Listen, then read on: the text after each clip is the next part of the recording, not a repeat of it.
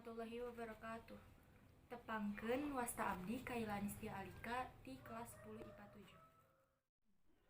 7. Naon anu urang lakukeun nalika tahu bahwa corona masih aya nepi bulan Ramadan ieu? Tetap ibadah seperti biasa, tapi ibadahnya agak beda seperti Ramadan sebelumnya.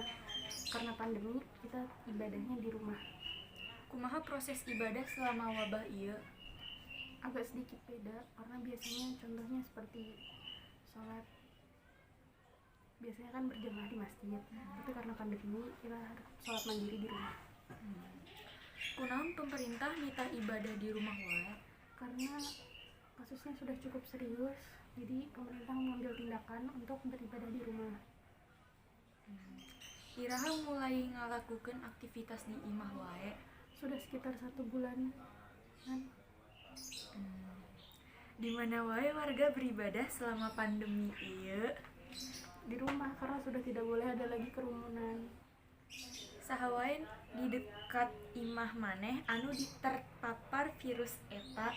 Sebelumnya ya salah seorang ada yang ditetapkan sebagai ODP, tapi setelah dites dan dinyatakan negatif, jadi sekarang sudah tidak ada.